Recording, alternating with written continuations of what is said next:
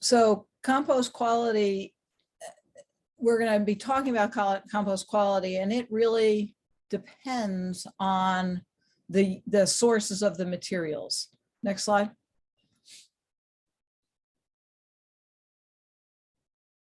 They're all different feedstocks that we'll be talking about, and I'm going to talk about each category specifically so that we understand some of the potential problems and potential assets of different materials. When we're talking about feedstocks, we color code those in green and brown for the processing part that Mark worked on last week. So when we have green and brown, we have green, brown, we have carbon, nitrogen, we have wet and dry materials. So when we're talking about all of these, we've got to be able to balance things. And that's why we've color coded these things in green and brown. You can see there's more nitrogen in the food waste, in the food processing waste. Manure has both, and everything has carbon and nitrogen in it. But we have to think about these when we're balancing things and making recipes. Next. This is a list of feedstocks that we, as some of the specialists in the country, sort of put together when we were writing the new compost handbook, because people ask us to compost pretty weird things and how to direct them, to compost all these different things. And I'll just leave that one in front of you a little bit just so you can read through it. But some are really, you know, cat and dog treat dust from the floors, from sweepings and stuff like that. Rice hulls, bread dough, gummy vitamin gel caps, banana pulp, you know, different things, zoo manure, zoo doo, dog manures, all kinds of manures. So it's just a huge variety of things that are common and uncommon. We have a lot of, and that we have a problem. I had a call about crab shell composting. And it was somebody that was cracking crab in a large scale, industrial scale. And they're like, well, we don't really want to send it to the landfill. So what can we do with it? And it's like, there's a lot of fish waste composting out there. So, and shellfish waste composting. Coast of Maine is a prime example of that. So these things, one person might have a whole lot of something, and they have to mix it together to be able to manage it. Next.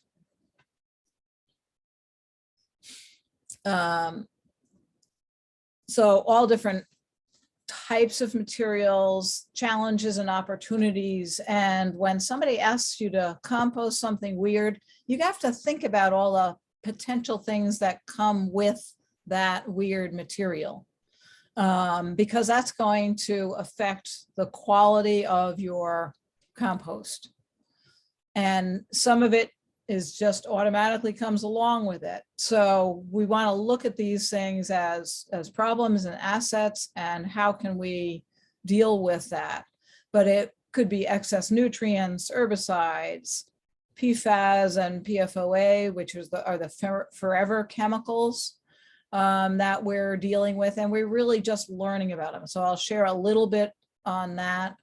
But we really don't know the extent of PFAS and PFOAs. Pesticides, fungal and versus bacterial compost, which do we want? Do we want to go to one side or the other when we're balancing our feedstocks? And human pee is a potential asset. We have a pea garden at Cornell right now that we're growing a whole lot of vegetables in. What they've done is, and there's different ways that pea is being collected, human pea is being collected, but look at the NPK in human pea. it is, 21/4. It's got a lot of nutrients that we really should be using and getting into things. We, and generally, human pea, and I'm not pushing human pea gardening, but what we did was we infused hay bales with human pea, at big round bales and square bales, and infused those and then planted into them to see if we could balance the carbon and nitrogen and allow the plants to actually to grow and produce, and they've done great.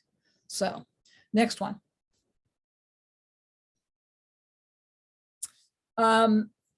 So again, we're going to look at feedstocks and then we'll get rolling. But what feedstocks are used to make compost? What carbon sources? These are questions that, it would be good to know the answers to these, because then you can detect whether there's something that's going into your compost that you don't want there. Are they generated on farm? Pesticides and herbicides, are they being used, and do they break down? And we'll talk more about that. And has medium been analyzed for PFAS or PFOA? That's a new question. Next one. How long has the material been composted? Mark was talking last week about process. And we can have really young compost, immature compost, and one thing that we call like a killer compost. And it's a killer compost the first year because of high organic acids and high volatile organic acids, basically, and salts. But then the next season, after you've put it in row middles to kill everything, then everything's going to be able to grow in those row middles. So with immature compost, we go from killer compost to really mature compost or over mature compost. We want something around a Solvita 7, which is, I'm probably not going to talk anymore about, but Mark talked about last week. Hay is not in the Northeast, but hay is sprayed with an herbicide that is problematic. And we've outlawed it in the Northeast pretty broadly, and almost in the East, but a lot of it is used in the Midwest and in the West, and it just kills broadleaf plants. But if the hay is sprayed with it, we can have a problem all the way through the process. So, and you'd say, okay, we've outlawed it in New York or in the East, but we still can end up with it. And it's also used on horse hay as much as other hay, but it is used on horse hay, and that compound is even harder to break down. So it might break down in years, but right now it does give a really bad plant response when we have chlorelid and aminopyrrolid in a lot of our materials. Is it screened? Does size matter? Does the size of the medium matter? And I guess I'll go off on this one, because for production agriculture, we don't want fine material. Even for growing grass and all the other crops, it would be better for us to have a coarser material and less, somewhere around a Solvita 7, but coarser material, lumpy material to an extent, because that actually has more nitrogen and more nitrogen because it hasn't been turned as much. And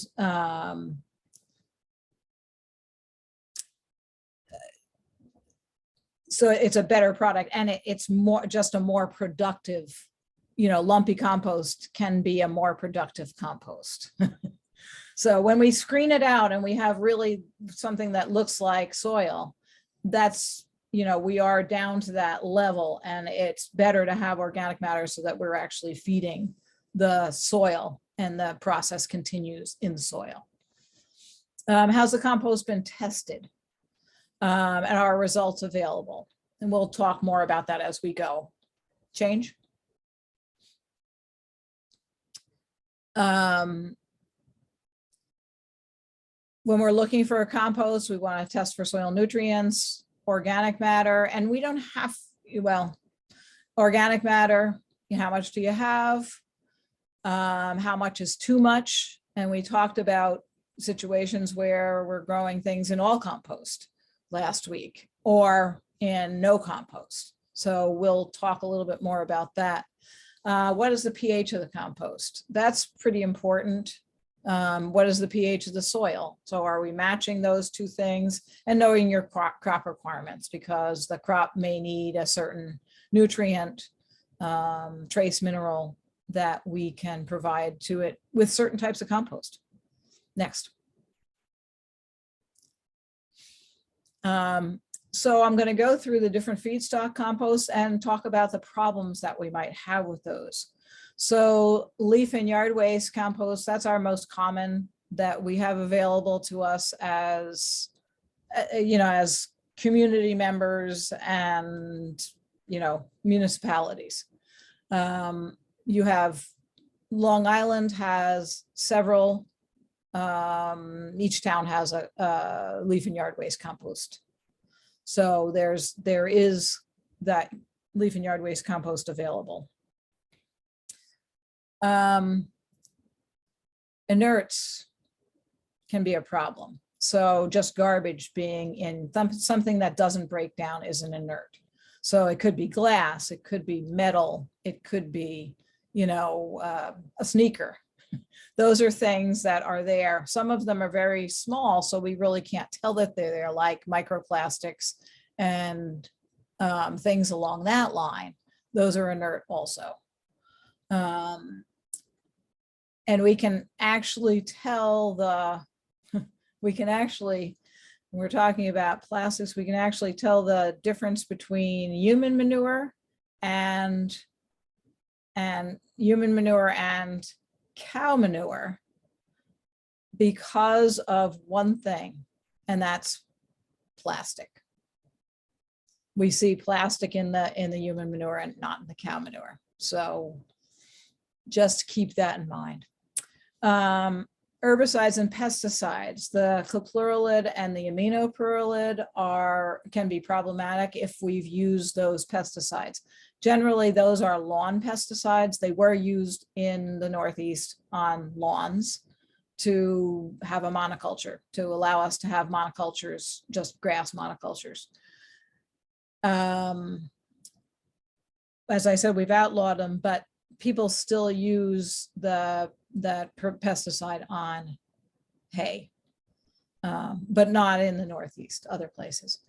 So lead, we also can have lead in our leaf and yard waste compost. It's pretty low. It's quite low. So I'm not going to discourage people from using a leaf and yard waste compost because of lead, because it is at very low levels. We still have a lot of residual lead from lead paint that's used on signs and striping on roads, and leaded gasoline. We're going to have the residual from leaded gasoline around for, 50, 75 years. And it depends on how the municipality collects those leaves. If they're raked and bagged, then you're not entraining that much of the particulate matter in there. That just stays on the side of the road and might go off in the street sweepings if a street is swept. If the municipality has vacuum trucks that are picking up the material, they suck up all of that particulate matter. So all of that does go into the compost. If they have a truck and a loader that are dumping it in, then less of the lead is entrained. So over the years, we're cleaning up some of that roadside particulate matter and that deposition. Salt levels. We use road salt in most of the state. And so we do have some higher salt levels, but you're going to see that every compost has higher salt levels for different reasons. Next one.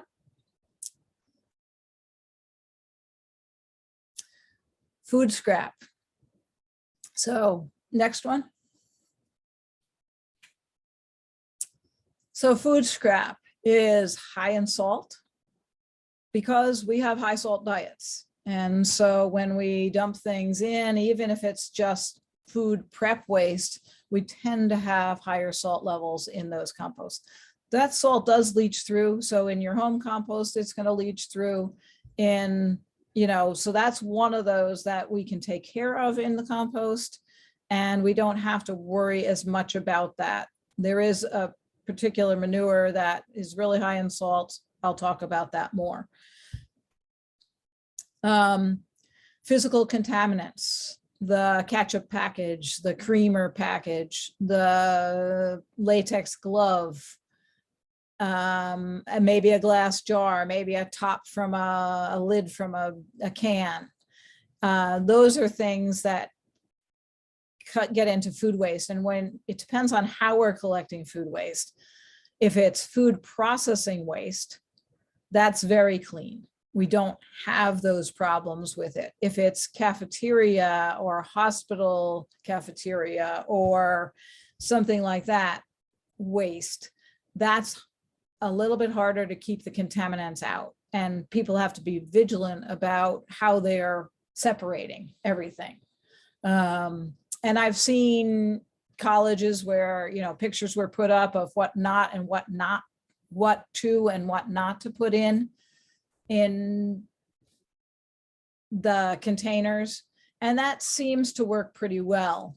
And the other thing that with separation is using one can as one collection bin as landfill.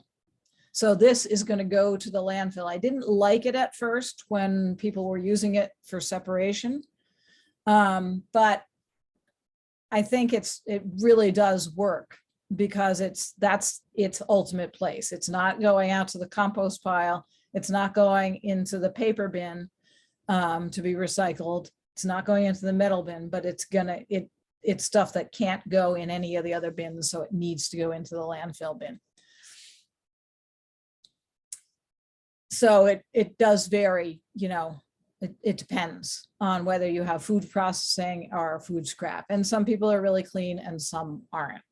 One of the problems with food waste, also a large problem with food waste and the contaminants, is the degradable ware. So whether we have a plate or a spoon, fork, knife, whatever it is, if it's not absolutely 100% paper or 100% wood, we have some wood plates, or the bagasse Mark was talking about, that is sugarcane pressed, and that is made into trays and stuff. New York City has a contract for trays, for all of their trays to be made out of bagasse. So that's something that does break down totally. But a lot of the other stuff that says it's degradable doesn't always, it still has plastic in it. So you're imparting plastic into your compost. And so we're going to be looking more at, you know, what is the level of PFAS of forever chemicals in food waste. So I'm doing some testing that will tell us that. Next one. And we can stop for questions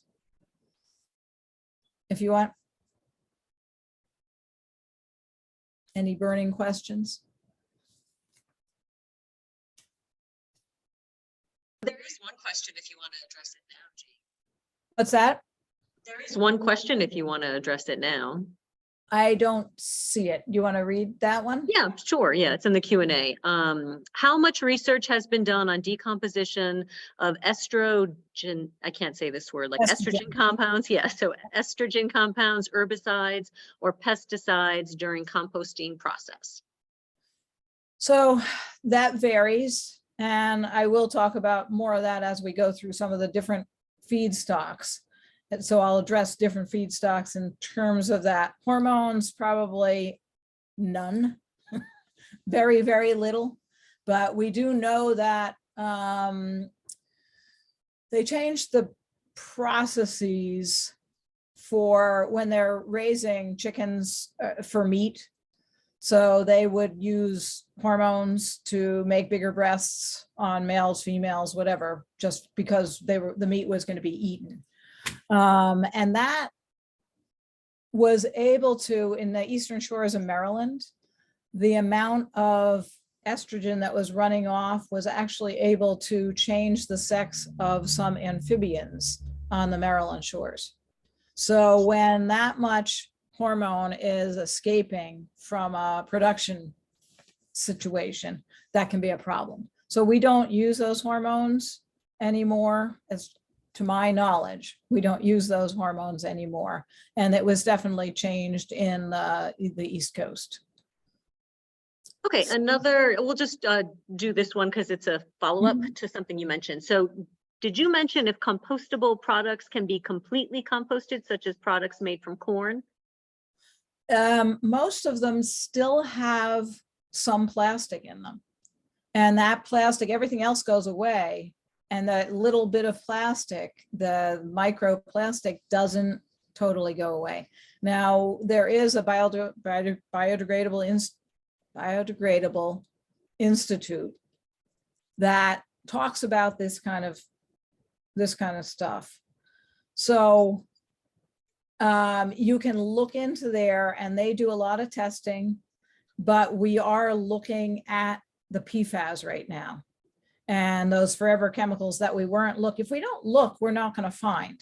So when we do our testing, we pay for a certain amount of analysis, and usually it's N, P, and K, but there's a lot of other things that we sometimes need to be looking for. And that's what we've systematically kind of done throughout time is, okay, it's not all good. It didn't all break down. And are there problems in it? And we'll talk more about that when we get to the biosolids issues. Okay. All right. Thanks, Jean. Those were the 2 questions. And I think we'll just take the rest of the questions at the end of this presentation, if that's cool with you. Okay, thanks. Yep. Okay. This is just what's in front of you right now is just, can I get rid of that? Okay. Yeah. What's in front of you right now is just an analysis from the Soil Health Lab, and Deb is going to talk about that, I think, next week or in a couple weeks. So I'm not going to go into any of that. I just wanted to show you what it looked like. So next slide.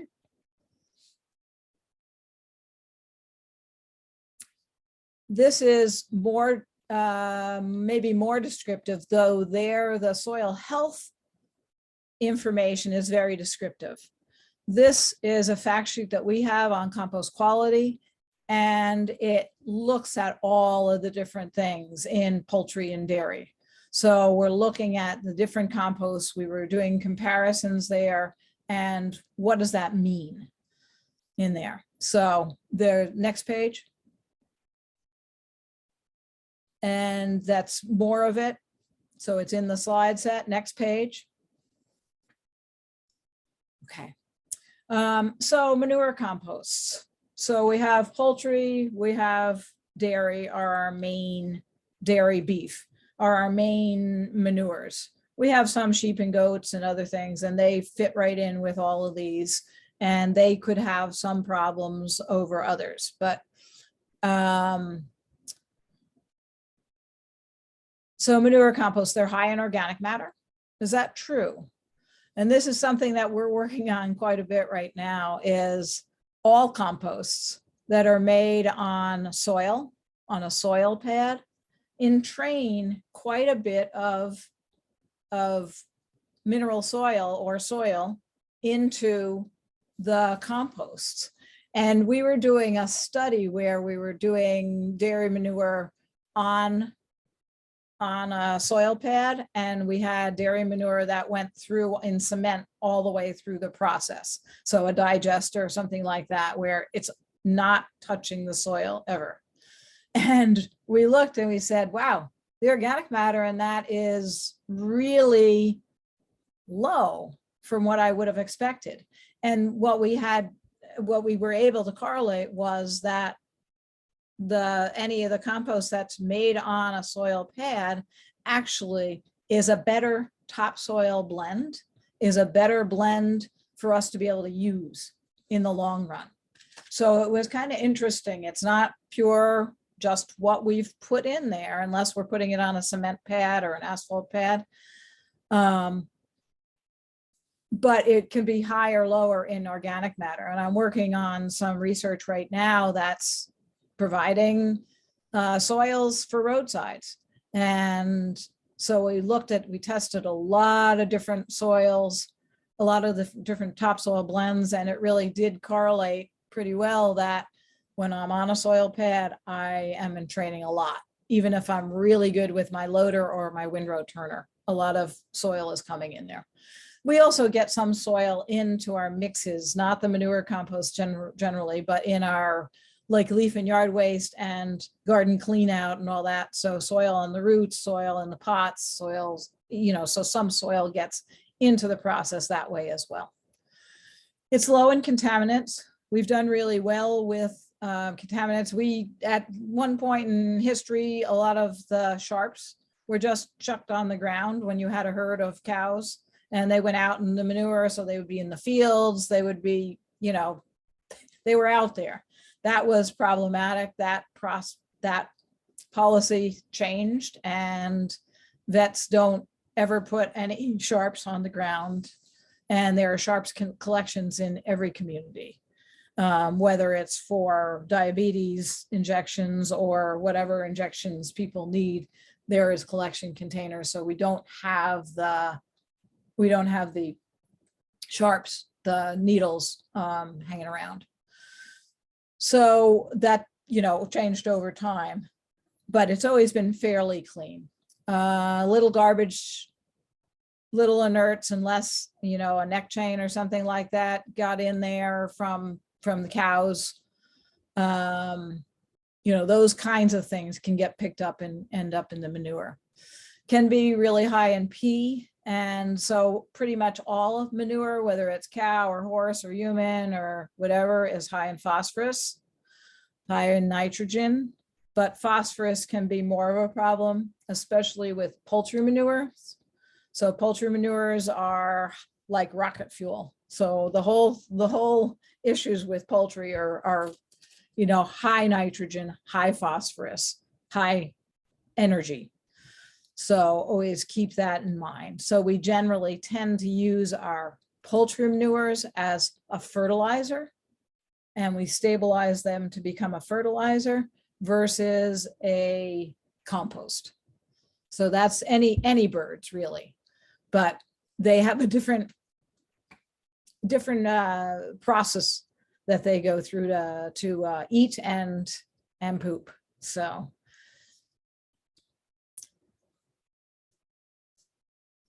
pharmaceuticals, are they a problem in manure? We have looked at several. We've looked at anthelmatics, which are wormers that people might be using for horses. So anthelmatics break down pretty quickly, but they don't just break down in the manure pile. It's better if we can get them in a compost pile, and then they break down in about 6 days. But otherwise, we were kind of nervous about wormers, anthelmatics, because if they're pooped out and they're on the ground, are they affecting the microbes on the ground, the beneficial microbes that we really want there? So we did some looking into that, and that was good. So any animals that are wormed, and you can have ivermectin. Ivermectin is one of the main compounds that we use on everything from squirrels to cows to, lots of animals. They are breaking down in the compost process. So other pharmaceuticals, we looked at NSAIDs, and they break down in the body. So whatever body it is, we're using them, our Tylenol, our ibuprofen, animals have some different compounds, but those break down very quickly. Antibiotics, that's a hit and miss, and we haven't looked at all of those. So I'll talk about some other pharmaceuticals as we go through with other species manures. So next slide. So this is just what a manure sample looks like and these are, we had eight manure samples from different farms, and we follow these over a 3-year rotation. So we looked at the compost over a 3-year period of time, and not the same piles, but the same process and operation. So pHs, they are a little high. So we'd like it to be somewhere around 7 WA we'd like that. 6.5 would be great, to 7.6 would be okay, but we see some 8s, we see some, 7/8, we see some higher ones there. Organic matter. When I was talking about the organic matter, these are the numbers that we got, and this is all dairy manure. And they really, really change quite a bit from being on, and this is from a digester. So I can tell you that one is from digested solids and then compost. That was, 67%. So there's 67% organic matter, that's good. That's a lot of organic matter. This one is also, the 87 is also a digester that's even more, has less contact with soil. The 67 had some composting that happened with soil, but you can see that. Fecal coliform, you see it's all over the map there, but mostly low fecal coliform in the compost. There is one that is pretty high, from 1,300 to 1,300 to 28,000. That's a pretty large amount. Weed seed. So we looked at weed seed in all of these samples, and this is a good indicator of what the compost process can actually do. We had very low weed seed in most of them, but in one, we had a lot of weed seed, and it was composted, but then it was sitting, and I'm about 5'3", and the weeds growing on the piles that we sampled were taller than I. So if a lot of weed seed has the potential to blow in the fall, so we encourage people to keep all of their sites neat, keep the mowed around those piles, especially if you want there not to be weed seeds blowing into those piles. So good housekeeping is a good plan for all of that. Next slide. Metals, heavy metals. So we looked at those same soils for heavy metals, and everything is very low. There was an arsenic that was a little bit higher down here, the 23. We tried to figure out that one to see what was happening there, and we think they were feeding a lot of apple pumice, so it may have been apple seed in that particular batch. Cadmium, copper. So copper can be high. If people use a foot bath, if it's a large dairy and a liquid dairy, they use a foot bath for hoof health, and it's copper sulfate. So if you're using copper sulfate, if there's going to be copper in the manure. So there was really good correlation there. So there is some in the feed, but this is from the foot baths on large farms. And when we get too high in copper, we can have a negative plant result. So we can really contaminate our soils if we've put down high copper, spread high copper manures over time, that's going to accumulate in the soils and will have phytotoxicity in the soil. So, and that, that could be at 600 parts per million. And we see that some of these are already up there. If we do 2 applications, then we could have, we potentially could have killed everything. And, not much is going to grow in that soil. Lead, low lead in all of these. Next one. Fats, oils, meats. A lot of the work that I do is in composting dead stock, butcher waste, all that kind of stuff. So it's actually a very good quality, generally quality compost. And I do have there are some centralized facilities in New York State that take in lots of cows, horses, and other things to just compost those. That's their business model. And because we've lost a lot of our rendering industry, we just don't have a lot of potential to get rid of this material. So it's a big deal right now. And I'll talk about that in the next one further. But high in nutrients, it's like a NPK for a finished product is 222, really nice. Physical contaminants are generally very low, and use limitations. We want people to make it well and make it through the whole process.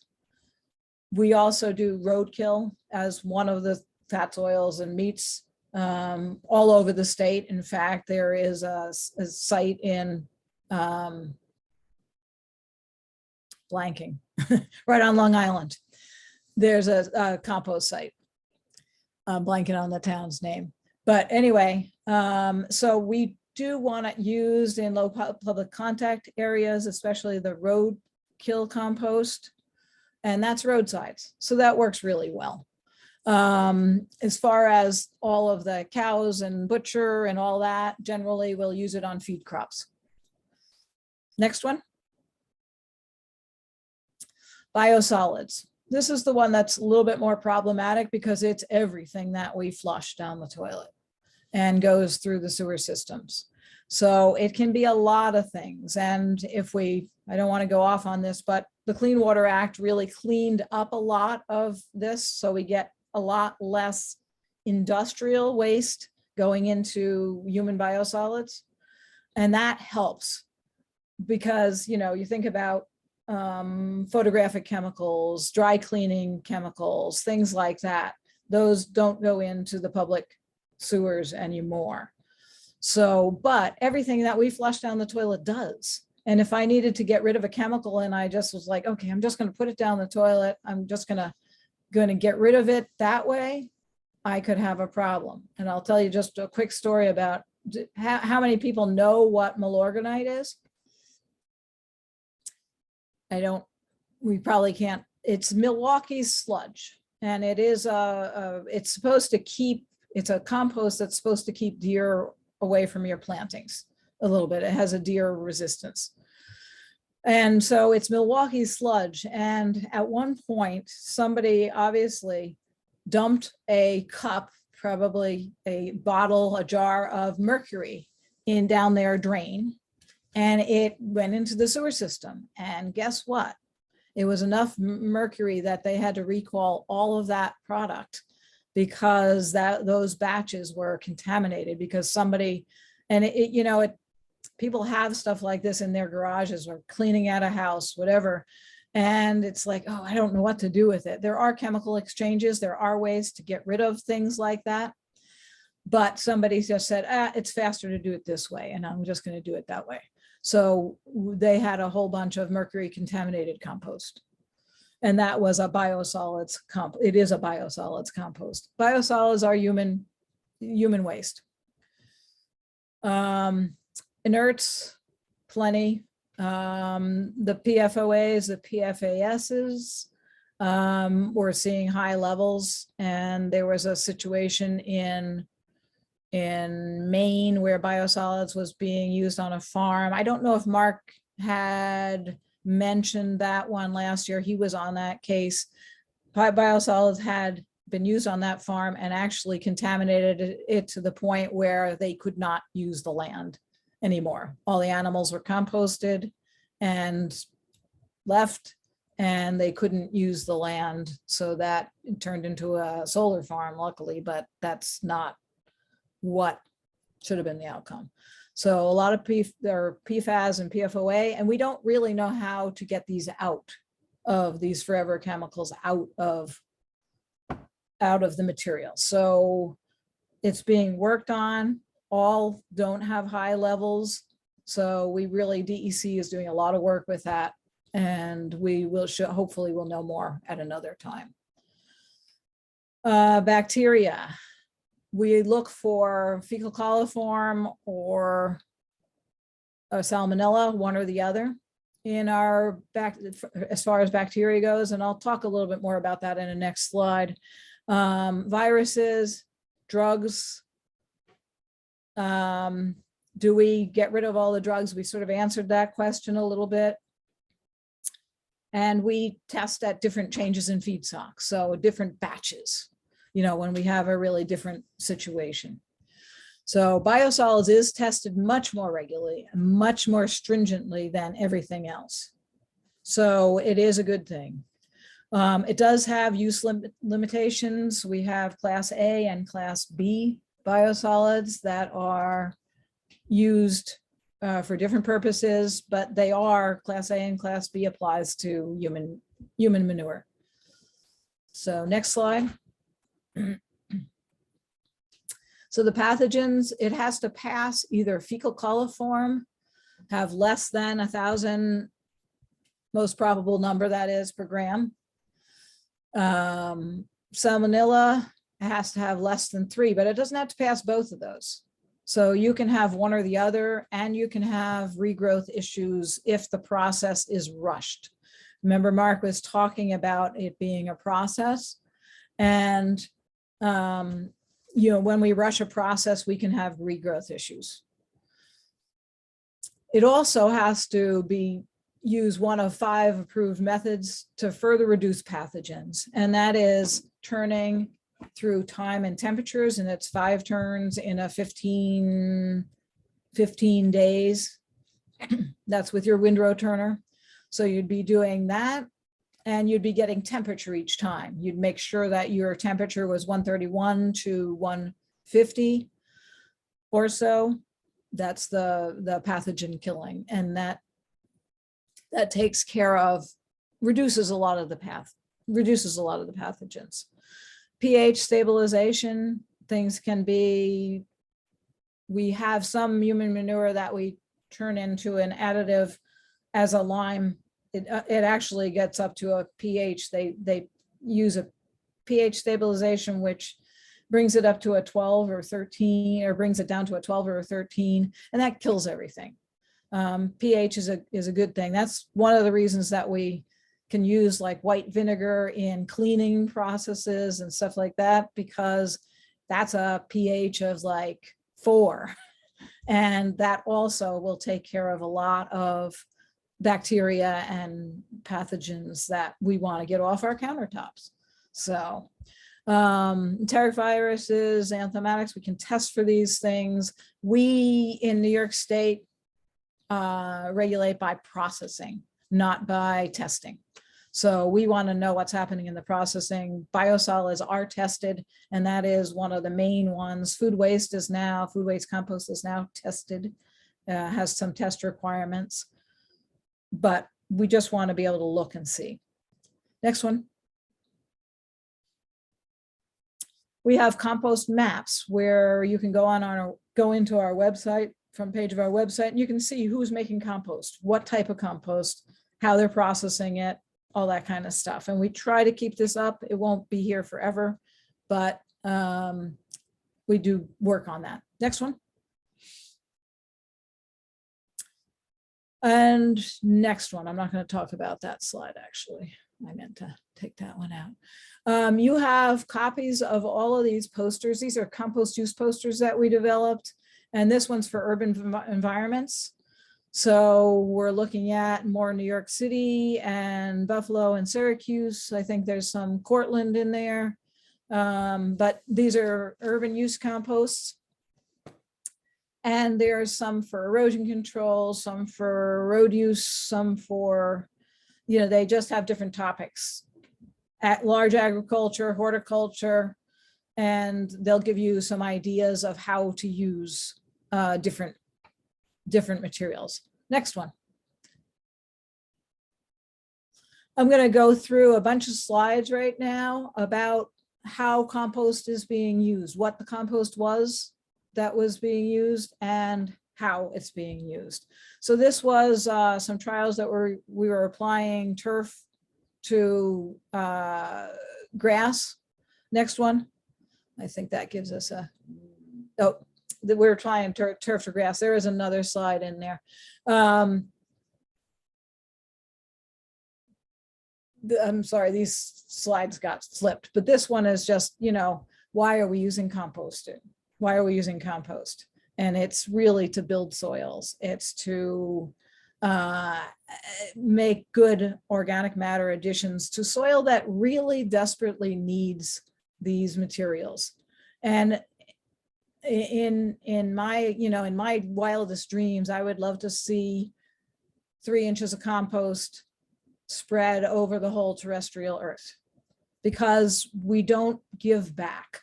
We take and take and take in terms of growing crops, and we put chemical fertilizers back down, and that doesn't do the same thing as adding a compost. Sometimes we have to use both, but if we really improve our soils, grow our soils, we're going to have healthy plants, less disease, and all of those things. So next slide. This was an example, and this is a bad example of use, so I wanted to share it with us. That it was just done incorrectly. This is on Cornell's campus in an atrium.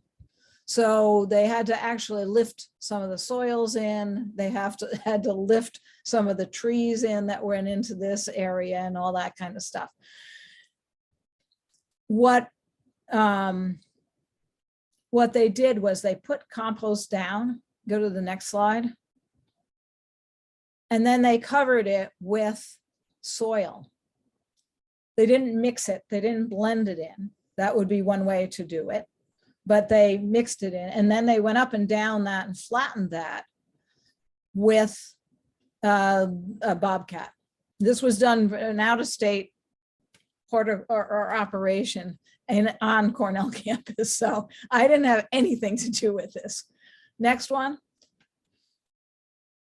They put plantings in, and then it rained and rained and rained, and it washed everything out. And the reason that it did that was because they had the compost sandwiched on, and we're looking through glass here. This is a glass wall. They had the compost sandwiched. They had soil, compost, soil, and it took it all away. Versus if I had the compost on top, if I had put a blanket of compost on there, it would have simply soaked up the rain that came down and acted like a sponge, and everything would have stayed right in place. Because they sandwiched it, it all ran, because soils will tend to pick up moisture and start running with it, where composts are a big sponge and they'll just keep sucking it in and slowly release it afterwards. Next one. Hydroseed with the hydroseeding. So this is actually roadkill compost that was used down in the New Paltz area. And they put it down in a 3-inch layer, and I thought, oh gosh, this is not going to work. And this isn't my dream about compost in a 3-inch layer around the whole earth. But this was 3 inches of compost on the roadside, roadkill, some bones and stuff like that. What they did was they took a track machine, they put it down, they applied it, and then they took a track machine and ran over it. And the compaction of that actually allowed the grass to grow. So then we hydroseeded it. So right now they're hydroseeding it. And next slide. And this was done, that was done in like November. That was put down in November. I thought, oh, the grass seed is going to die. This is not going to work. But luckily it was New Paltz, so it was warm enough, stayed warm enough. And this is it in March. So from November to March, they were able to actually get on the grass, cut the grass, and it's growing in, and it's beautiful grass. So I really didn't think that 3 inches was going to grow grass, but it did. Next slide. These are slopes. These were done a long time ago in Texas because their aquifers were in such bad shape. Everything was just running off the roadsides, into the drains, and into any water that they actually had, into groundwater and surface water. They decided that they had to do something. So in 2002, they started putting blankets, compost blankets, on roadsides, on any bare soils, because there's just not enough moisture for things to grow there on a regular basis. So they put these blankets down. It's on top of the soil. You can see they didn't put any soil on top of that. Next slide. That was August, and this is April. And this is how things are growing. And that has to do with the water holding capacity of the compost that they applied.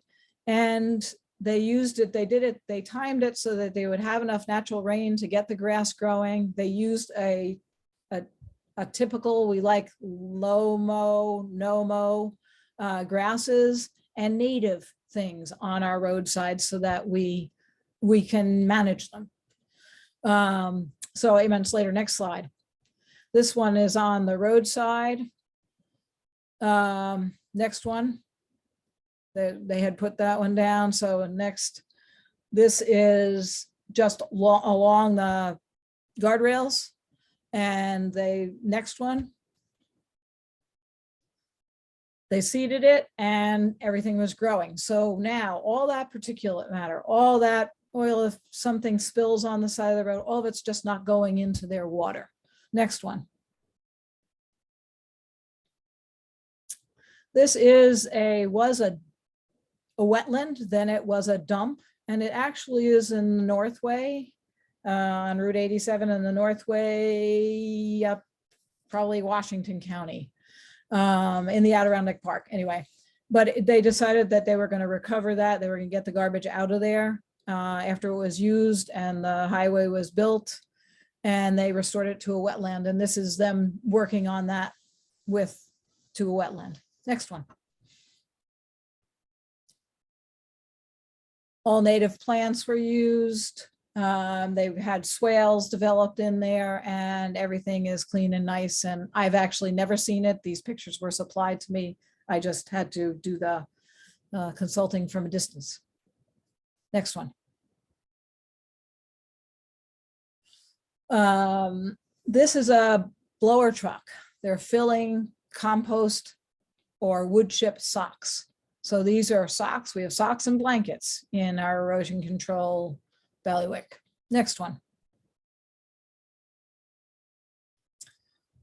All different carbon can be used in these, and we have to decide what we want, what size carbon we want to use. Do I want to filter water? Do I want to catch all of it, or do I want to grow things in that sock? So those are the different types of carbons that we will put into these socks, including compost, which we have mixed carbon there, but we don't have a compost, and we will put full on compost in these, blow them into these socks and grow gardens.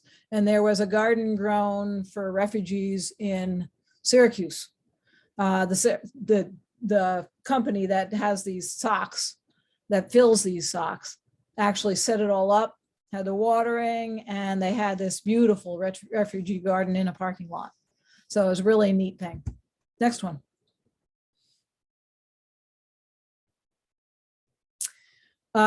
Putting a blanket down on a roadside. This area had washed out. Next slide.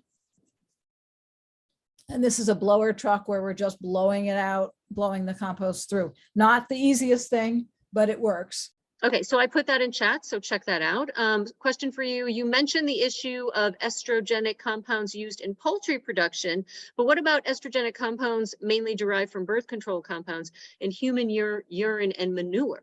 Do these typically survive composting processes? They scare me. Oh boy. Wait, as I said, we just don't really know. They probably break down. I don't know the answer to that question. And I don't know that we've looked extensively in human manure. That's why I think it's a little bit more scary than other things, because I know how effective hormones can be. It's the next frontier then. Okay. All right. Next question is, on Long Island, elevated levels of manganese have been detected in testing wells that are downstream of compost facilities. Any thoughts on why this might be the case? You have some weird stuff going on Long Island, so it's pretty hard for me to deal with that. Sometimes it's an interaction, and I'd have to know the exact case. Sometimes it's an interaction between the soil and the compost that was applied, and it probably has been in the soil all along. So it's high levels in those soils versus the compost adding it to those soils. You know, normally what I find around here is manganese is not that high in our, at least in the sandy soils, but if the pH goes, you know, low enough, then that bit of manganese that's there, you know, is plenty for the plants that are growing. But yes, some of it is from past agricultural practices. Some of the potato growing, and potatoes have a lot of chemicals used on them. And historically, we grew potatoes on Long Island, along with other things. But certain fungicides, okay. That's one crop that can be harsh on plants, on soils. Okay, all right. I think we addressed all the questions. Thank you. And that's a complicated question that's nobody's really been able to tease out all of those nuances, but it's historical. Okay. All right, thanks, Jean, and go ahead and continue with the tree establishment talk. Okay, so tree establishment, next slide. This is 3 years of maples growing without amendment. And next slide. And 3 years with amendment, with compost. And these were 50-50 mixes. Nina Bassick did this work, and she has now retired, and I don't know if she's still working, but she's retired from Cornell, and did some great work. But she's a big believer in that 50% backfill. You know, let's get 50% of compost in those holes. Okay, so I do a lot of work, as I mentioned earlier, I do a lot of work in mortality, and I am currently responding to the high path avian influenza outbreak with mortality. So we do it to control disease. And I'll go through, as we go through this, I'm going to talk about what mortality composting is and how we are addressing it. Okay, so airborne disease issues. We deal with all kinds of issues. High path avian influenza, which is the bird flu that we might be hearing about, and the reason why we're paying $5–6 a dozen for eggs, because we're at 52 million birds being composted. So all across the nation, we've been hit by this bird flu. We expected it to be the next pandemic. And that's why USDA Animal Plant Health Inspection Service takes it so seriously. We end up killing all the birds. So if they don't die, as the ones in this picture here show, we have to euthanize them. Got it? Good, okay. Brucellosis, who I mentioned, we composted about 800 pigs in Washington County, New York. Fowl cholera was a disease that broke in pheasants at the pheasant farm in Ithaca. And that one, we composted about 8,000 birds. We had to euthanize and compost about 8,000 birds to stop that disease chain. Floods, blizzards, fires, barn collapses we deal with all too often. We worked Hurricane Florence and worked with the liquid birds, and we didn't go in there until like 2 weeks after everything was dead and dying. And then we just cleaned out barns of dead birds and pigs and a couple of cows, but they have more pigs and chickens down there that were affected. Fish also were affected in that one. So we were composting all of these animals. We have Newcastle disease in California, which the USDA APHIS is working a lot with that to try to control. It keeps spreading and we're not able to control that as easily. And in this time around in our high path avian influenza, we are not controlling it either. It's only the second time that the United States has had high path avian influenza. The first was in 2015, and now we have it and we haven't been able to stop it. So African swine fever is the next thing that we expect, that we hope isn't going to come into the country because we raise a lot of pigs here. It is currently in the Dominican Republic, and we are worried that it will jump. So our federal people work in the Dominican Republic to make sure that Dominican Republic and Haiti are in sort of a direct wind path. We don't want to get African swine fever here. It also can come in processed meats. So if they ask you what you have on your sandwich or what meat you're importing, that's one of the reasons that happens, because even in the processed meat, it can come in and it will be able to affect our animals. Listeria is another one. Next. Endless applications. We compost roadkill. We compost fish and seafood. Coast of Maine fish or seafood is done, and other places do seafood and shellfish. Meat recalls. What happens to all that meat? I mean, do we put it in the landfill? One of the whole reasons that we're composting food waste is so that we aren't getting food into the landfill. And if I have a dead cow or a dead horse or whatever, our New York State landfills won't take those animals. Some horses do end up going to landfill, but it's in New Jersey from New York because they will take horses for a good tip fee. Source reduction for prion diseases, mad cow, scabies in our sheep and goats at this point. Those can be composted, and then the compost process, we don't know if it disables the prion. So that's one of those things that we would go ahead and burn the chips afterwards. We'd compost it in wood chips and burn them afterwards. Mass casualty, we have more and more flooding and tornadoes, hurricanes, all that kind of stuff that are affecting us. Butcher waste, beached marine mammals, we've composted whales. There are a lot of whales that need to be composted still, but farm mortality, we had COVID in mink, they were composted, and that was in the middle of the country, where they were able to slaughter and then compost. They were able to take the fur and compost the meat in that situation. But people and mink were sharing the disease. So it became quite problematic. LPA, high path and low path avian influenza, we talked about that. Next one.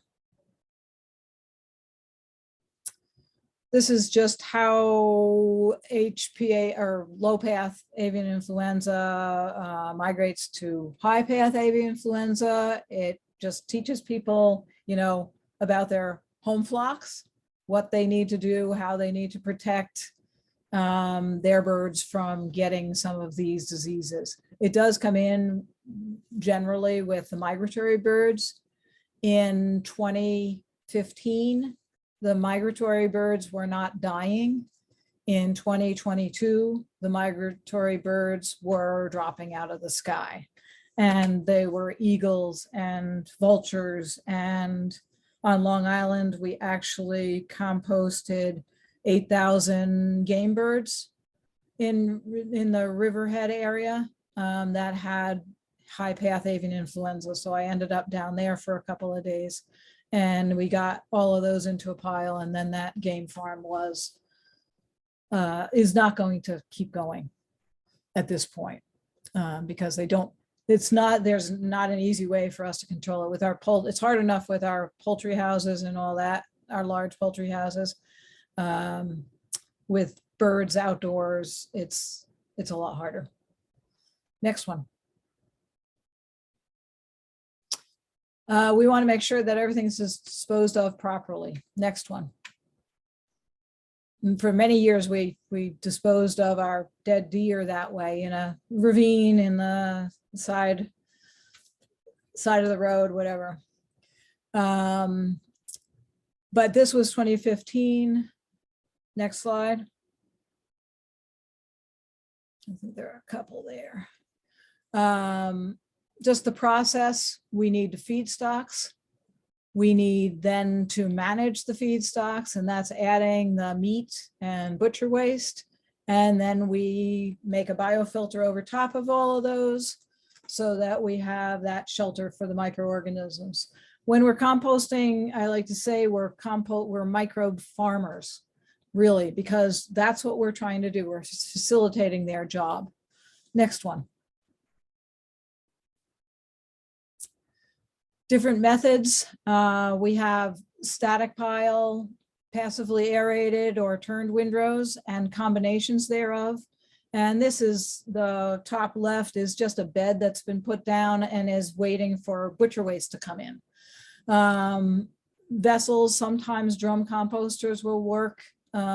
Mixed results, but I do know operations where they're composting pigs in a drum composter. Windrow composting, some people, DOT and others will compost in use the Jersey barriers or the concrete barriers, road barriers, and move those along. I think I'm seeing two screens. Yeah, okay, that's okay. Next one.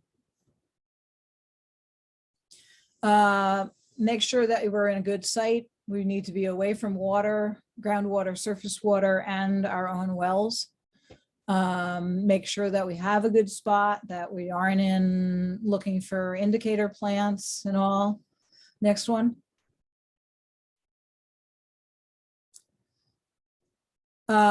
We have to use proper PPE to work in these disease situations.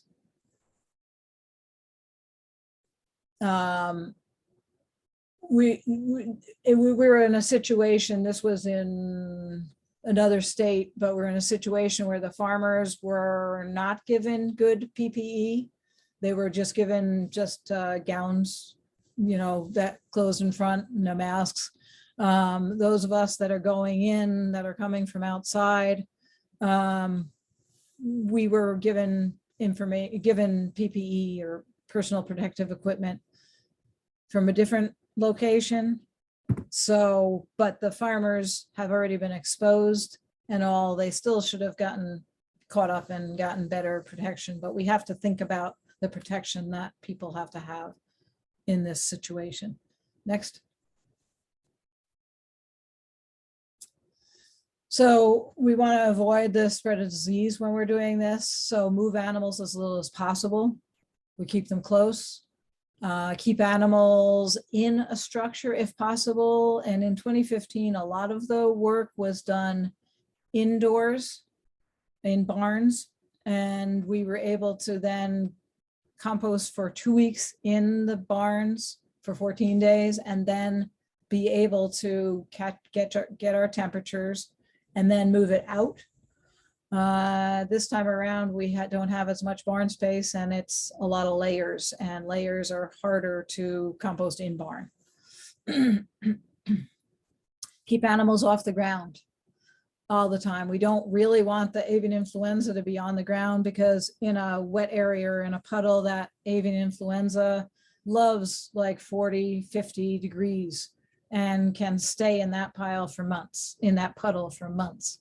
So we really don't want it touching the ground. We want it to be on a bed of chips all the time. So when we take it out of the barn, then we put it out there. We might mix carbon into it and other things, but we want to keep it off the ground. Air handling, are the fans going or are they not in those barns? And are they actually part of the airborne spread?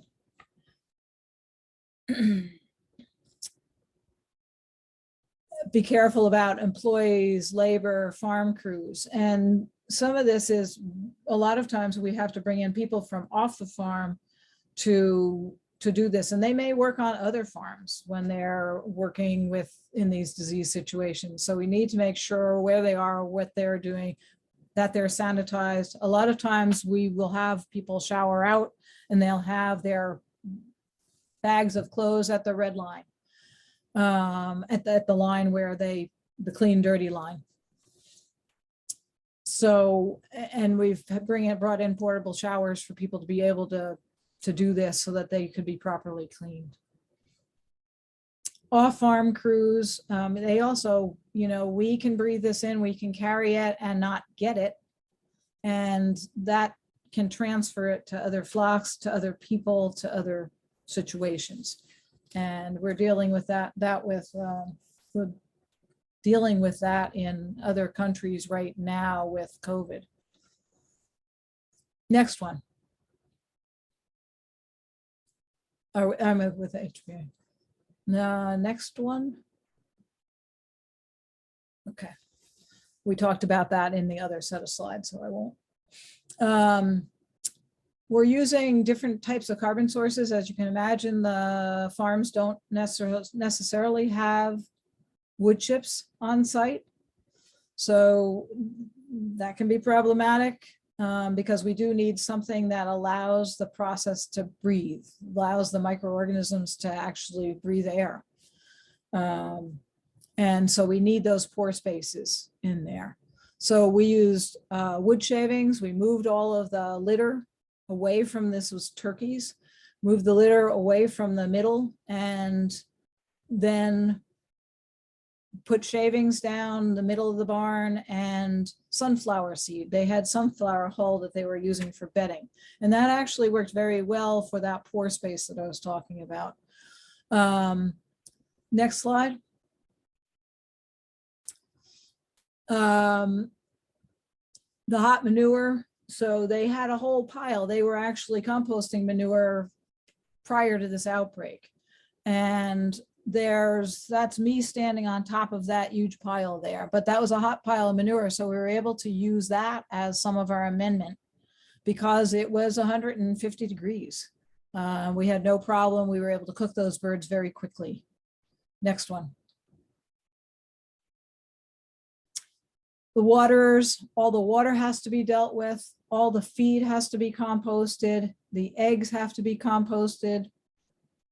The manure has to be composted. Next one.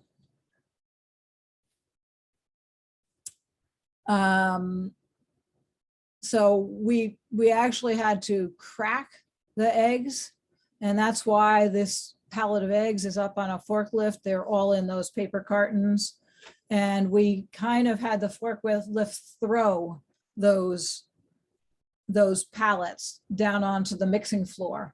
So, and onto the carbon so that we could mix all the eggs in. If we compost the eggs whole in the process, they'll compost, but they'll end up being a hard-boiled egg. and then they'll go bad and they'll start stinking and they'll blow because they'll just be like a little time bomb waiting to go off. So you'll have another odor event because of eggs not being crushed. So we do our best we were doing our best to crush eggs. And we were up to 180 of those pallets at that point.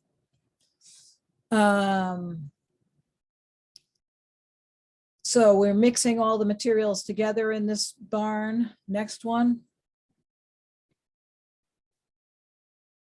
We're laying, this is another bed that we laid the eggs down on, and then we just stomped them as best we could. We don't ever want a chicken on the ground that squished into the ground, and it's fine that it was run over, but it really shouldn't be on the ground because it can spread the disease also. Next one. This is another operation, 3.2 million birds that we were working with. And I think it's myself or somebody that's about 6 foot tall on top of the pile there. And that was a really deep barn, as you can see. And that was all mixed materials. Then they went into compost piles, but we had to get them out of the barns, and then these were moved and brought out to the bases and then composted on the bases. Next one. If we want to ask any questions, we could do that at this point, or I can keep going. Mina, are there any questions in the chat or Q&A for Jean? Nope, there are no questions, so we can keep Okay, going. I'll keep going. First, we're preparing a base, a 24-inch base. We thought we could get away with 6 inches long ago, and it really doesn't do it. We need that to be an air plenum in there. The base on the right-hand side is actually a bowl, and we have bigger ones. We make bigger ones than that are like more like a volcano. So we make really thick carbon volcanoes, and I was able to put 150,000 gallons of liquid bird into one of those, and then just let it soak into the carbon.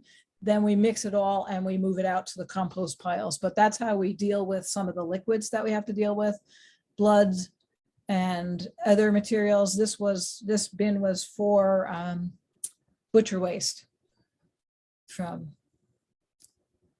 next one.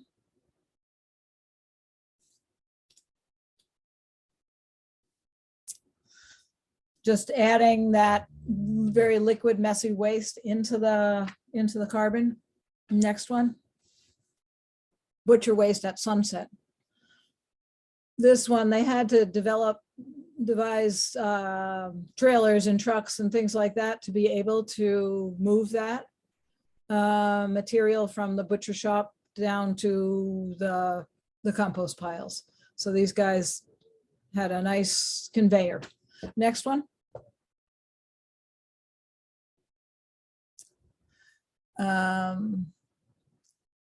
There always needs to be a place to put that nitrogen down. So we always have to have a carbon base. And this is another operation where they were layering birds in into the piles, and then we do 12 inches down, then we do 6 inches or a 6 to 12 inch layer of birds. We have to have 24 inches around all the parts of the birds also, because we don't want anything to be digging the animals out. Animal flesh shouldn't be on the ground. It shouldn't stick out of the piles. We shouldn't see eggs. We shouldn't see shell. We shouldn't see any of that. It should just be a carbon biofilter over top. Next one.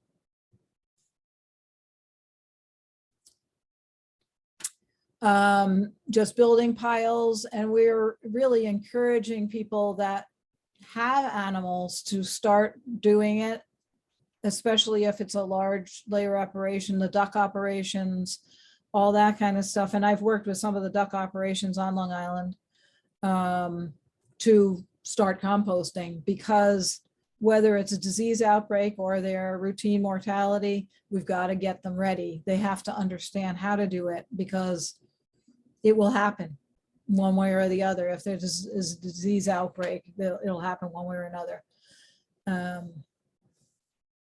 Next. That 24-inch bed again, these are frozen deer that we were putting roadkill into a pile in, again, Washington County. I've done a lot of work in Washington County, but they had a bunch downstate. There were a bunch of deer that were put into a parking lot and just left there because there was too much snow. They couldn't deal with the deer, and temperatures rose and the deer started melting in the parking lot. So it was a huge mess. I would rather, if we have to stockpile deer someplace, get them right into the pile as fast as we can, even if they are frozen. And that's the same with, you know, a dead animal, dead livestock. That's the same with them. We want to get frozen ones into piles right away as fast as we can. So next one. So my adage is if we can lift it, we can layer it. So with small animals, we actually can pick them up and put them on the pile. With deer, we can do that to an extent, and layering works well. If it's a big animal, a horse or a full-size cow, we really can't, we put one in a pile, one for that 24 inches of carbon all around. We do make windrows of horses and cows, but they're bigger windrows. The cows are laid, horses and cows go side to side if they're going to do it that way. And we make the windrow as long as we need it. And we always put that bed down ahead of time before we're going to bring animals out. And then we're ready to receive those animals there in that situation. If we tried to layer cows, even if we had the equipment, the heavy equipment to do that, they are so heavy that they compact everything and that air can't circulate around the pile. Next slide. Again, just a parking lot with deer. Next one. And the second layer, next one.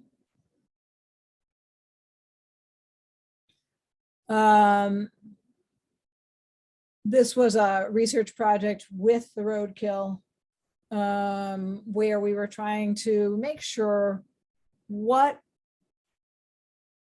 the DOT asked us to make sure that their workers were not going to be negatively affected from handling deer and composting them.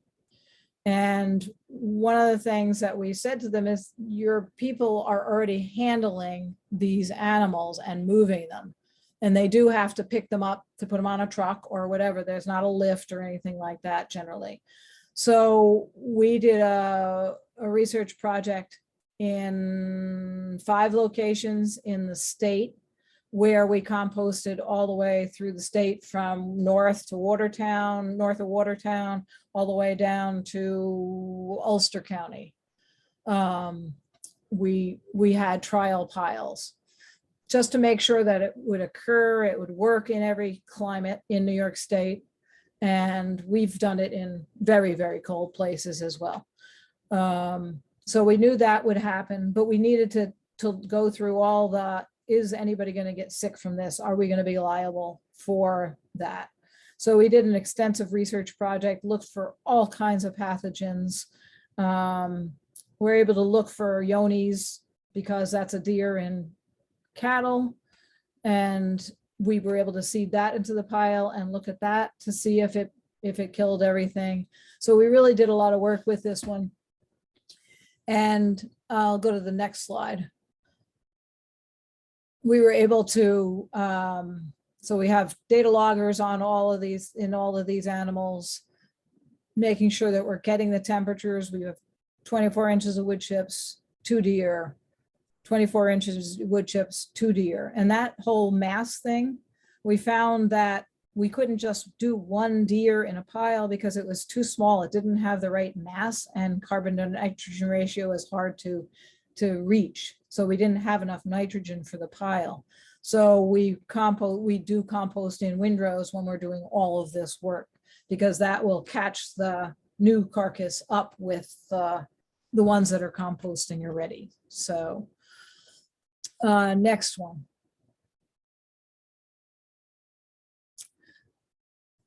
One of the things that we learned is that wood chips have a lot of pathogens in them.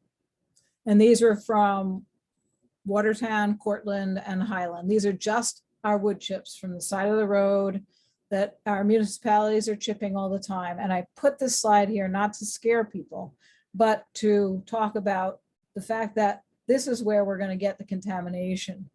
We might get it from the deer, but as long as we are working with these materials, every time we are working with wood chips to put mulches around our plantings, all that kind of stuff, we need to make sure we wash our hands, maybe wear gloves, and not affect ourselves with these pathogens. Now I said, why are, you wouldn't think there would be that many pathogens in these piles, in these wood chip piles. It's just a plain wood chip. I didn't put a deer in there. I didn't put actually for some of these, the deer actually were cleaner than the wood chips. So, but we want to make sure that we're washing our hands. And that was the message that we gave to DOT is your workers just have to protect themselves. They have to wear, they should be wearing boots. They should not be wearing shorts. They shouldn't, and I don't think we usually see our real workers wearing shorts out there. We want to protect ourselves so that we're not in touch with all of these potential pathogens out there, and wash our hands. They're in the environment. Next one. It happens whether it's hot or cold, and these are piles out on Route 1786 converting to 86. And there's no snow right on the top because it's still cooking, but it's those piles are working. Next slide.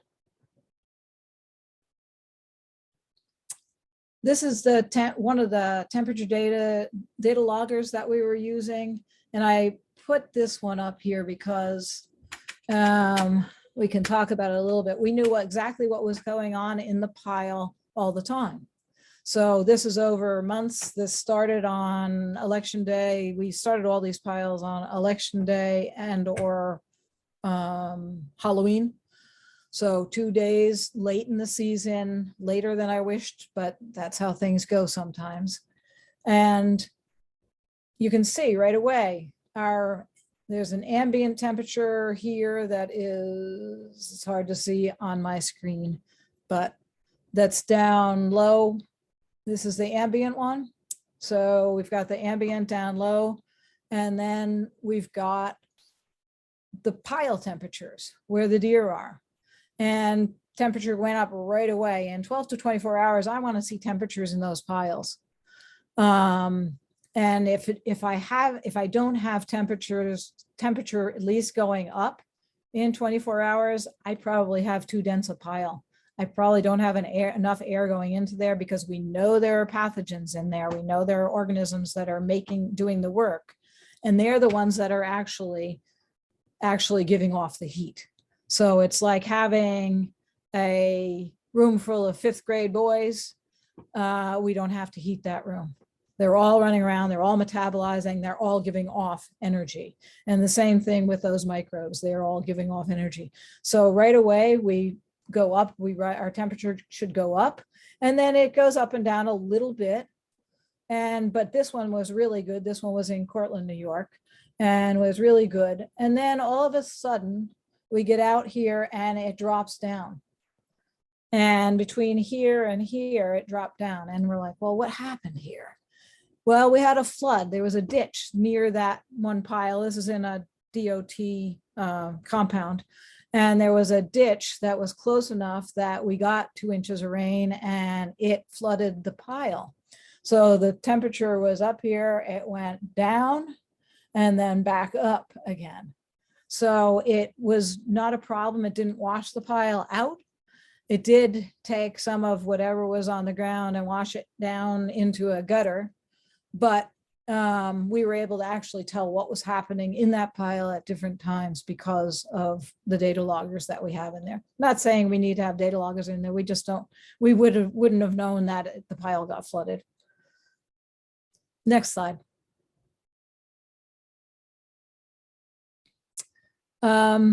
Moving pigs into a pile. Next one. Oop. And the vets are doing some tissue samples on this one. This was the brucellosis sui samples. And these pigs had to be killed because they were transferring disease to the dog and the owner of the pigs. So they had gotten sick and they realized finally, said, oh, this looks like an old disease. And they were able to detect that, and we had to take care of those animals. Next slide. Make sure we have plenty of cover over all of these. Next slide.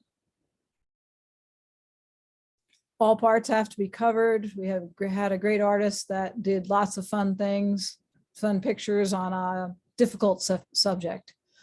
But we don't want animals and birds picking in there. That's not where they should be feeding. We want them to be dealing, find the wild animals, go to the wild animals, and we should take care of our animals properly.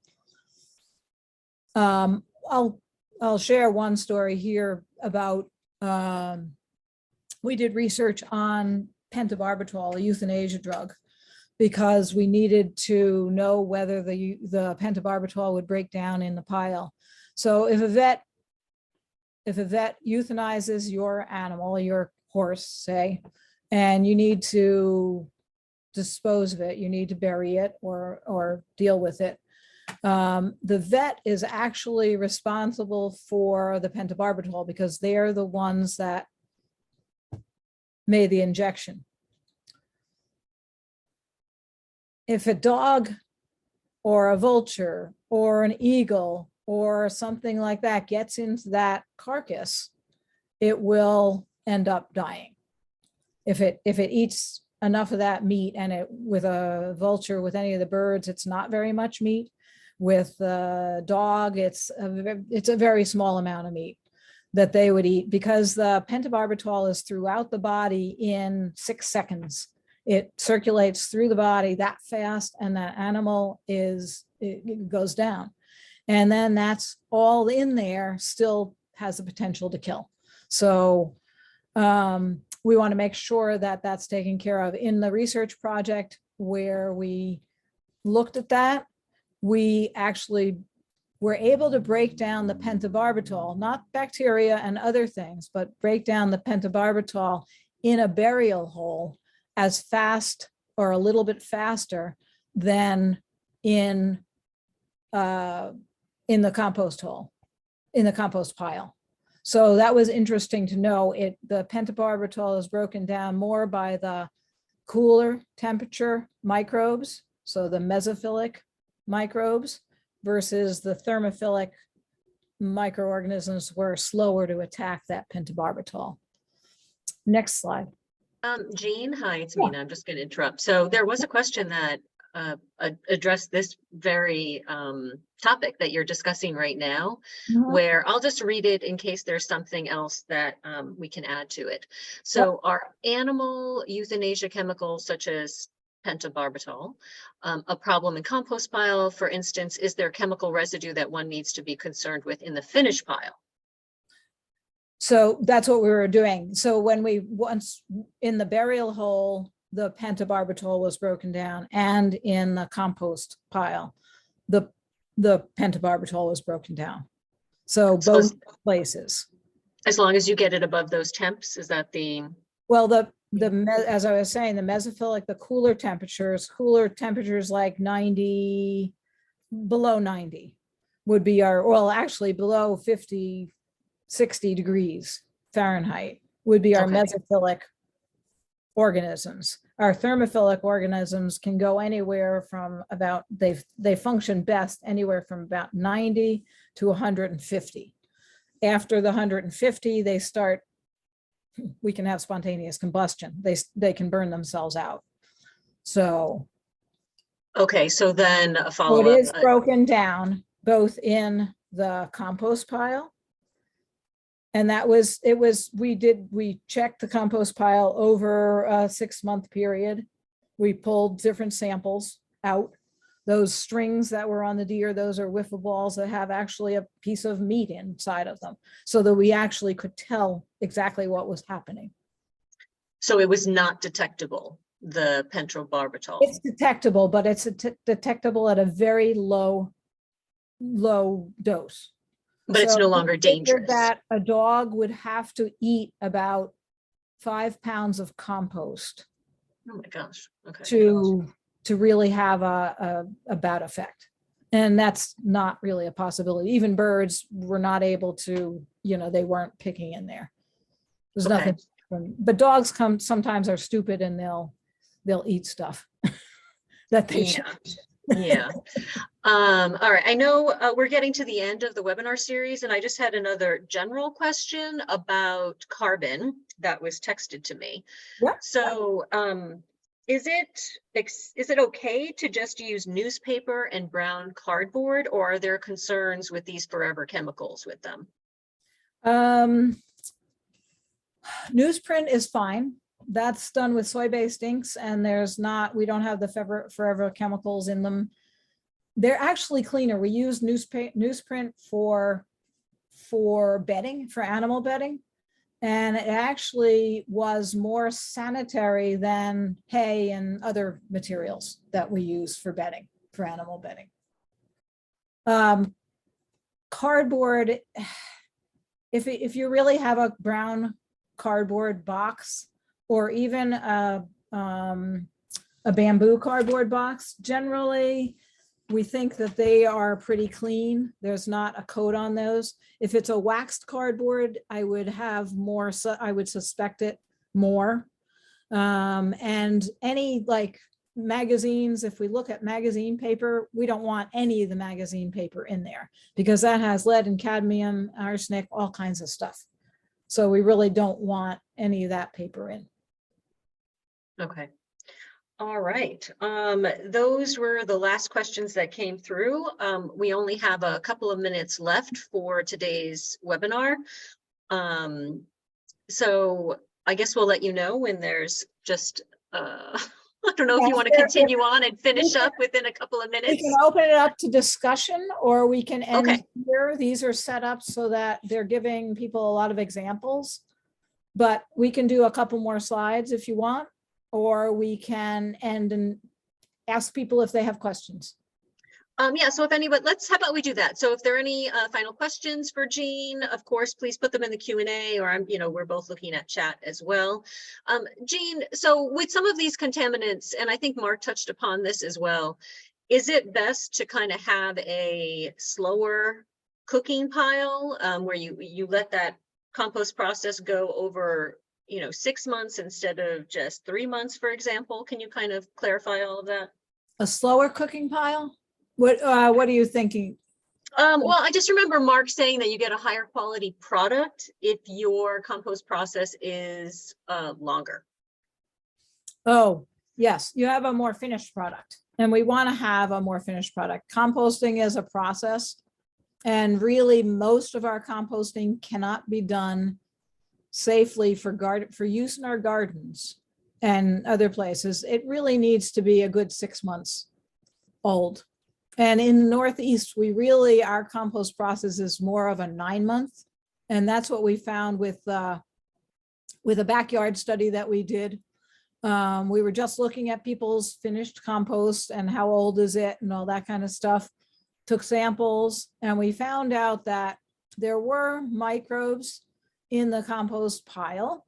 But when we let it sit for, when we built it and then let it sit and compost for 9 months, all of those microbes were well down, and we didn't have any problems. So that was a backyard study. So that was a home scale study. With the microorganisms in the deer study, and we, as I said, we were able to look at a lot of stuff. That took 9 months for the process. It's a static process, but it took 9 months really to draw all of those organisms down and keep them down. Okay, another question has come through, and how much does a typical compost analysis cost that includes heavy metals analysis? If you want to look for heavy metals, and I think Deb will probably talk about some of this, I think she will too. but heavy metal analysis is pretty cheap. Probably about, for NPK, metals,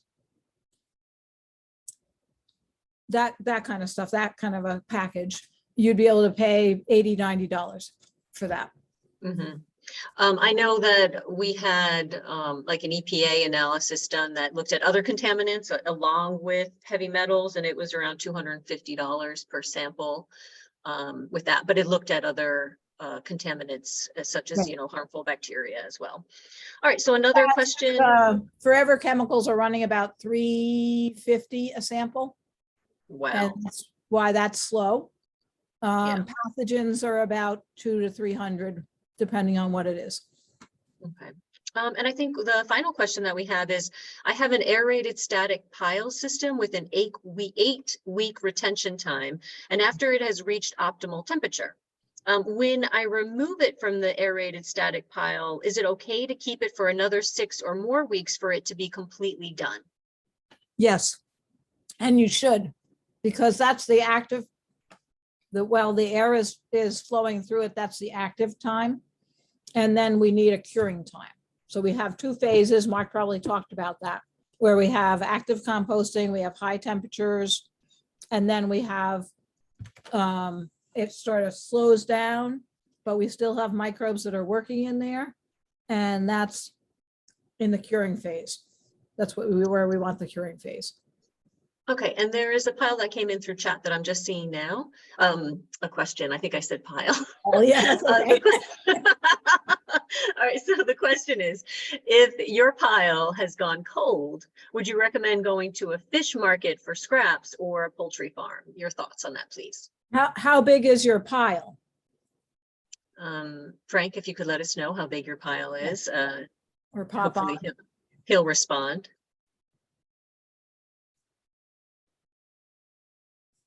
Two cubic yards. Okay, so if it's a 2 cubic yard pile and you've had heat in it for a couple months, then that's what should be happening. Give it a turn, give it a, this is the static pile one. Give it a turn or give it a, you know, whatever, but then the process will keep going. So when after we agitate or turn or whatever, however we're manipulating things, we can have a temperature increase again. And I don't know if that's what he's asking or not. I wouldn't necessarily add, you could add some fish waste to it if you have a hot pile. If you, I'm trying to determine whether it's gone through the composting process and it's ready to cure, or if you are, or if you've actually shut the pile down. We can get our temperatures high enough to shut the pile down. And then when that happens, I generally encourage people to get some manure from someplace and add that to their piles, because that will re-inoculate the things. We really don't need inoculum in our compost because we can grow really good stuff in our refrigerators, most of us, right? For sure, I do it all the time. Yeah. All right, so we don't Jean, really need to inoculate. The bacteria are everywhere. I have been asked if I can take approximately 2 tons of fish products, and I am very close to neighbors. Would you say this material would be offensive to the neighbors surrounding me and not to take it? Bring it in closed buckets and have a lot of carbon, a lot of wood chip use wood chip shavings, something like that. Make sure your carbon is really good. We do 2 million pounds of fish guts on Lake Ontario shore because of the fisheries. So you can do it. You just need to do it and make sure that when you bring it, you don't spill on the ground outside of the pile, and that you have enough carbon to accept the fish that they want to bring you. It makes really good compost. So if you're looking for compost quality, it makes great compost. But you do have to think about the neighbors and all that. We do it pretty well in Oswego County, and we don't have a lot of fish odor. Are any contamination concerns with fish waste? It's going to be low enough that it's going to be diluted. That's the reason, some of the reason that we compost 1 million pounds of fish on the lake from Lake Ontario, is because the salmon are feeding from the bottom. They're feeding and they end up with some heavy metal poisoning, or heavy metals, not poisoning, but heavy metals in their bodies, in their flesh. So, but it's low enough. And when we mix it with carbon, we're bringing those levels down to better than, we're diluting them. And I know dilution's not the solution to the pollution, but we're diluting them to the point where it's higher quality than yard waste compost.